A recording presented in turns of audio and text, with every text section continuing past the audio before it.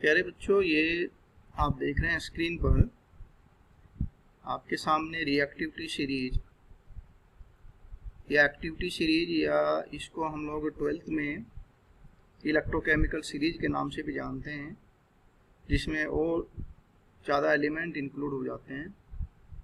But this reactivity series is basically for metals. सबसे पहले हमको ये याद करना है कि ये मेटल किस ऑर्डर में अरेंज है। इनकी ऑर्डर अगर आपको याद हो जाए तो बहुत सारी केमिस्ट्री की जो प्रॉब्लम है, आपकी रिएक्शंस हैं स्पेशली 10th क्लास में, वो आपको इजीली आप उनको कर पाएंगे। तो सबसे पहले आप देख रहे हैं रिएक्टिविटी सीरीज में यहाँ पोटेशियम रखा है। पोटेशियम का जो सिंबल होता है वो के होता है, जो आपको पीरियोडिक टेबल हमने बताई।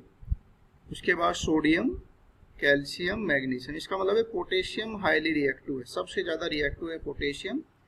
उससे कम रिएक्टिव है सोडियम, उससे कम कैल्शियम, उससे कम मैग्नीशियम, देन एल्यूमिनियम। यहाँ पर कार्बन इन्होंने ले लिया, कार्बन मेटल नहीं है लेकिन रिएक्टिविटी सीरीज में यहाँ पर ये काम करता है, इसका बताएंगे अभी बाद में। उसके बाद जिंक आ गया, आयरन है, टिन है, लेड है। लेड के बाद ये हाइड्रोजन। तो बच्चों ये जो हाइड्रोजन रखा है यहाँ पर, हाइड्रोजन के ऊपर वाली जो मेटल्स हैं ये हाईली रिएक्टिव हैं, और हाइड्रोजन नीचे वाली मेटल्स जो हैं ये लेस रिएक्टिव हैं। इनको हम लोग नोबल मेटल के नाम से जानते हैं, जैसे सिल्वर, गोल्ड, प्लेटिनम, इस टाइप से हैं, मरकरी। तो यहाँ पर इसको याद करने का आप तरीका देखेंगे। Please stop calling me a careless zebra, instead try learning how copper saves gold। बहुत सिंपल इन्होंने बनाया है। Please P, stop S, potassium, sodium and calcium, magnesium, aluminium, carbon और जिंक, आयरन, T14, SN इसका सिंबल होता है, L4 lead, Pb, और H4 hydrogen, और C4 हियर कॉपर, नाम copper, saves, S4 silver, gold. ये पोटेशियम। तो बच्चों ये हाईली रिएक्टिव है, और नीचे वाले जो मेटल्स हैं ये लेस रिएक्टिव है। अब हम इनको देखते हैं कि कैसे ये वर्क करती हैं। इस रिएक्टिविटी सीरीज में जो ऊपर की मेटल्स है वो हाईली रिएक्टिव है, वो अपने से नीचे की मेटल्स को, अपने से नीचे के एलिमेंट को डिस्प्लेस कर सकती है। जैसे एक हाईली रिएक्टिव पर्सन होता है, पहलवान टाइप का है, आप सीट पर बैठे हैं तो आपको सीट से वो हटा सकते हैं। माइट इज राइट वाला फॉर्मूला पे ये कि ये माइट है, मतलब ये स्ट्रोंग है, तो ये स्ट्रोंग है, तो ये अपने से नीचे वाले से कैल्शियम है, तो कैल्शियम मैग्नीशियम को डिस्प्लेस कर सकता है। मैग्नीशियम एल्यूमिनियम को डिस्प्लेस कर सकता है, कैल्शियम को डिस्प्लेस नहीं कर सकता। आइए हम रिएक्शन को देखते हैं कैसे ये रिएक्शंस होती हैं। तो सबसे पहले एक बार फिर देख लीजिए, ये रिएक्टिविटी सीरीज है। इसके सिंबल मैं अभी आपको बताता हूँ, सिंबल इनके क्या बनते हैं वो अभी आप देखेंगे। यहाँ पर देखेंगे कि सिंबल इनके, पोटेशियम जो मोस्ट रिएक्टिव एलिमेंट है पीरियोडिक टेबल में, इसका सिंबल के, सोडियम का symbol Na, calcium Ca, Mg, aluminium. तो यहीं से हमें याद रखना इनको, जो अभी आपको जो हमने फॉर्मूला बताया था कि please stop calling me a careless zebra, है ना। ये आयरन है, तो इंस्टेड ट्राई लर्निंग और हाउ कॉपर ये सेव्ड गोल्ड। तो ये इसके बाद ये प्लेटिनम भी आ गया यहाँ पे। तो इस तरह से इन सिंबल को आप अपनी नोटबुक में लिख लें, यहाँ से देख करके। और फिर से मैं इस पिक्चर को दिखा रहा हूँ आपको। Please stop me calling, please stop calling me a careless zebra, instead try learning how copper saved gold. हमने इसका एक और फॉर्मूला बनाया था, इसके ऊपर जो है लिथियम भी आता है, तो ये कनासा, KNAC, कनासा मांगे आलू जीरा फ्राई। और ये टिन लेड, हमने इसको जरूरी नहीं हमें इसको लें, हलवा कचौड़ी सिल्वर और गोल्ड के बर्तनों में। कनासा मांगे आलू जीरा फ्राई और हलवा कचौड़ी सिल्वर और गोल्ड के बर्तनों में। इस तरह से हमने इसको बनाया था, ऐसे भी आप इसको याद कर सकते हैं। बच्चों इसको हम देखते हैं कि कैसे ये सीरीज, जैसे हमने लिया है ये, इसमें सबसे पहले हमने पोटेशियम लिया, तो ये हो जाएगा K,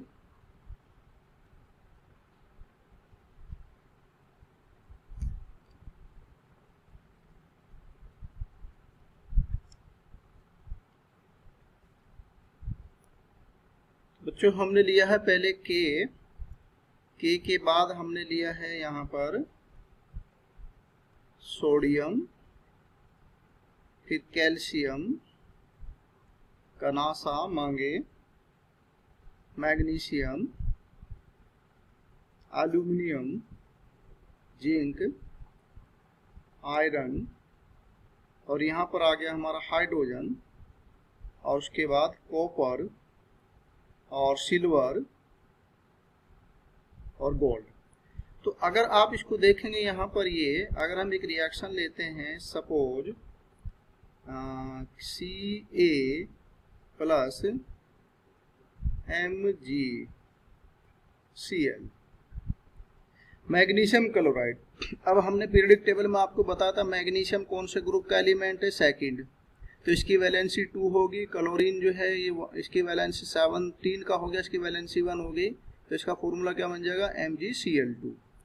अब यहाँ पर अगर आपको पीरियडिक टेबल का जो हमने बताया उसके बारे में नॉलेज है आपको, और ये रिएक्टिविटी सीरीज के बारे में मालूम है, तो ये कैल्शियम ऊपर रखा है मैग्नीशियम से, तो इसका मतलब ये होगा कैल्शियम मैग्नीशियम को इसमें से हटा सकता है। इस सीट है इसका ये सीट पर बैठा है इसके साथ Cl के साथ, तो यहाँ से इस मैग्नीशियम को ये रिप्लेस कर सकता है, डिस्प्लेस कर सकता, नहीं कर सकता, ये हमें देखना। तो ये कब करेगा, जब ये एलिमेंट इस रिएक्टिविटी सीरीज में ऊपर होगा। तो आप देख रहे हैं कि रिएक्टिविटी सीरीज में कैल्शियम ऊपर रखा है, तो कैल्शियम इसको डिस्प्लेस कर देगा बच्चों, और खुद इसकी जगह आ जाएगा और बनाएगा क्या, कैल्शियम क्लोराइड। अब हमें देखना है कि C और Cl के बीच में, कैल्शियम और क्लोराइड के बीच में क्या फॉर्मूला बनेगा। तो अगर आप देखेंगे पीरियडिक टेबल, तो पीरियडिक टेबल में ये किस ग्रुप में रखा है, ये हमारा मैग्नीशियम वाले ग्रुप में रखा है सेकंड में, तो इसकी वैलेंसी 2 होगी, इसकी वैलेंसी 1, तो ये क्या बनेगा, इसमें भी मैग्नीशियम क्लोराइड। और फिर यहाँ से ये मैग्नीशियम को हटा देगा, बाहर निकाल देगा। तो इस तरह से ये रिएक्शन पॉसिबल है। लेकिन अगर हम यहाँ लिखते हैं बच्चों ऐसे, एल्यूमिनियम प्लस MgCl2, तो ये रिएक्शन होगी नहीं होगी, ये सबसे बड़ी आपके सामने समस्या आती है कि ये रिएक्शन होती कैसे हैं, कैसे कंपाउंड बनते हैं, रिएक्शन होगी नहीं होगी, होगी तो कैसे होगी, क्या बनेगा, ये तमाम टाइप के क्वेश्चंस आपके माइंड में आते हैं। लेकिन अगर आपने पीरियडिक टेबल को जो मैंने बताया उसको ध्यान से देखा है, और ये रिएक्टिविटी सीरीज को आप ध्यान से देख लेंगे, तो आप फॉर्मूला बना पाएंगे। अब आप देखिए क्या ये रिएक्शन होगी, जैसे हमने यहाँ कैल्शियम की जगह मैग्नीशियम, मैग्नीशियम की जगह हमने कैल्शियम ले आए हैं सिंपली, क्या इसमें पॉसिबल है, ये हमें देखना है। तो आप देख रहे हैं कि एल्यूमिनियम नीचे रखा है, यहाँ पर मैग्नीशियम ऊपर रखा है, तो नीचे वाला ऊपर वाले को डिस्प्लेस नहीं कर पाएगा, ये नीचे वाला लेस रिएक्टिव है, ये मोर रिएक्टिव है, ठीक है। तो ये ज़्यादा ताकतवर है, ये कम ताकतवर है, तो मैग्नीशियम में को ये डिस्प्लेस नहीं कर पाएगा, तो ये रिएक्शन नहीं होगी बच्चों। इसी टाइप से अगर हम लेते हैं Zn जिंक प्लस HCl, तो क्या रिएक्शन होगी इसमें, तो हम देखेंगे जिंक है, कहाँ पर रखा रिएक्टिविटी सीरीज में, यहाँ पर रखा। हाइड्रोजन का, ये हाइड्रोजन का सोल्यूशन हो गया, तो हाइड्रोजन कहाँ रखा, नीचे रखा। तो क्या जिंक हाइड्रोजन को हटा सकता है यहाँ से? यस, इसको इजीली ये रिप्लेस कर सकता है। तो बच्चों इसमें हमें देखना है यहाँ पर कि ये हमारा जिंक और HCl के बीच में क्या रिएक्शन होगी। तो जिंक जो है ये हाइड्रोजन को डिस्प्लेस कर सकता है, इसका मतलब जिंक हाइड्रोजन के प्लेस में आ जाएगा, तो ये बन जाएगा ZnCl और प्लस H। तो यहाँ हमें देखना कि ये ZnCl हमने सीधा सीधा लिख दिया HCl की जगह, तो क्या ये सही है? ZnCl जो है ये क्या सही है? तो हमें देखना फिर पीरियोडिक टेबल में, तो जिंक है, जिंक की जो वैलेंसी होती है 2 होती है, जिंक की वैलेंसी 2 होती है, तो ये बन गया ZnCl2। अब फिर हमने जैसे यहाँ इसको ऊपर वाली रिएक्शन में Mg को रख दिया, तो Mg को Ca के जगह और Ca को Mg के जगह सिंपल रख दिया, तो कुछ उसमें थोड़ा सा ये चेंज हो सकता है। अब H जो है ये अकेला नहीं रहता कभी भी, ये जो H है ये हमेशा H2 की फॉर्म में रहता है। H अकेला नहीं रहता, H H2 की फॉर्म में रहता है। तो बच्चों यहाँ पर आप देख रहे हैं ये कि ये जो बनेगा आपका, ये किस टाइप से बनेगा, ये ZnCl2। इसमें जो आपका बना है ये यहाँ पर कैसे बनता है H2, ये इसी टाइप से अगर हम लेते हैं बच्चों यहाँ पर Na Fe और H के लेते हैं हम यहाँ पर ये Fe और H2SO4। अभी आपको एसिड के बारे में भी थोड़ा सा बताएंगे। तो ये क्या बनेगा यहाँ पर, तो देखो यहाँ पर हमें कुछ नहीं देखना, ये SO4 क्या है इससे कोई मतलब नहीं हमारा, यहाँ पर हमें केवल ये H2 और Fe को देखना है, एक एलिमेंट है यहाँ पे बच्चों। तो ये Fe क्या इस H2 को डिस्प्लेस कर सकता है? नहीं कर सकता है। H2 का मतलब हाइड्रोजन को डिस्प्लेस कर सकता है? नहीं कर सकता।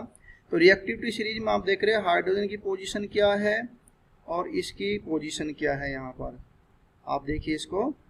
तो ये यहाँ पर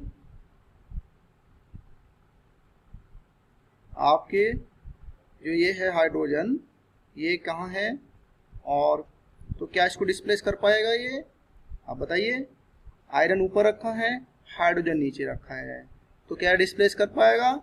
यस, कर पाएगा। इसका मतलब हाइड्रोजन की जगह हम Fe को रख देंगे और हाइड्रोजन अलग हो जाएगा, तो हमारा जो ये बन जाएगा कंपाउंड FeSO4 और प्लस H, और H को मैंने बताया था H हमेशा अकेला रहेगा तो H2 की फॉर्म में रहेगा। अब हमें देखना कि ये FeSO4 बनेगा या कुछ और बनेगा।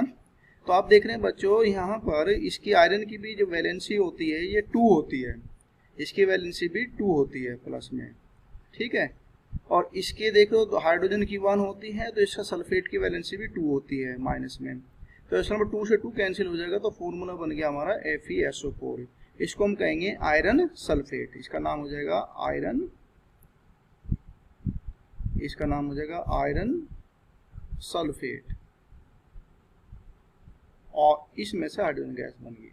इसी टाइप से यहाँ पर भी ये जिंक क्लोराइड, इसका नाम हो जाएगा जिंक क्लोराइड,